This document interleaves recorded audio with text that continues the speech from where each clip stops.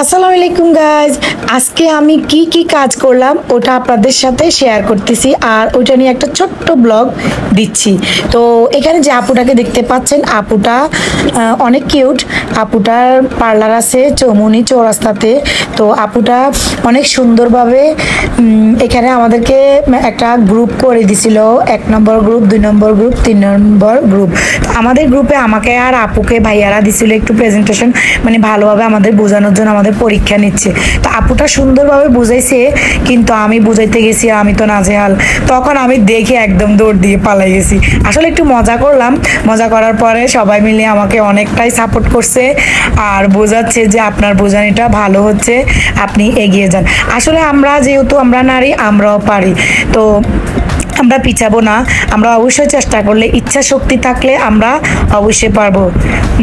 আসলে আমাদের ইচ্ছা শক্তিটাই হচ্ছে সবচাইতে ইম্পর্টেন্ট। তারপরে আমাকে সবাই যখন একটু, আমি আবার একটু দুষ্ট টাইপের, আগে ছিলাম না, ইদানে একটু বেশি দুষ্ট টাইপের।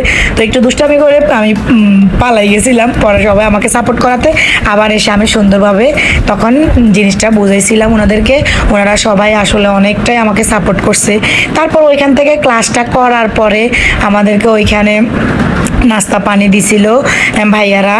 আসলে ওইখানে স্যার বলার কোনো রাইট নেই, আমরা স্যার বললে ওনারা একটু মনে কষ্ট নেয়, ওনারা বলতেছে যে না আমাদেরকে স্যার বলবেন না, ভাইয়াই বলবেন। ওটা আমাদের কাছে অনেক ভালো লাগলো।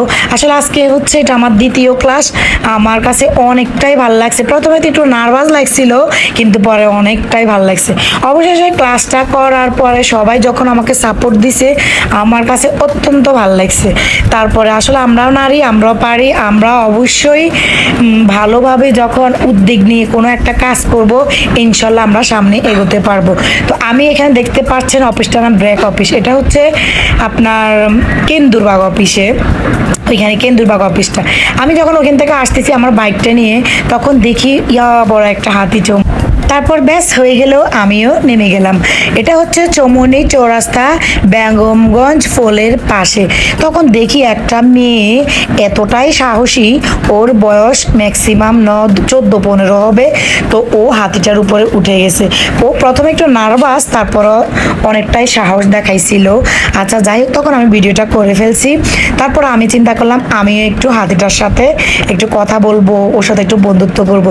তখন হাতিটা যে পালতেছে উনি তখন হাতিটাকে বলতেছে যে আপুটার সাথে সুন্দরভাবে কথা বলবা, কোনো দুষ্টামি করবা না।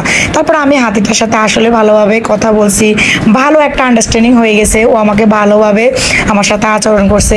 এই ফাঁকে আমি একটা ভিডিও নিয়ে ফেললাম এবং হাতিটার সাথে বন্ধুত্ব হওয়ার পরে আমি ওকে কিছু খুশি হয়ে টাকা দিলাম। ও আমার ভালো একটা ফ্রেন্ড হয়ে গেল।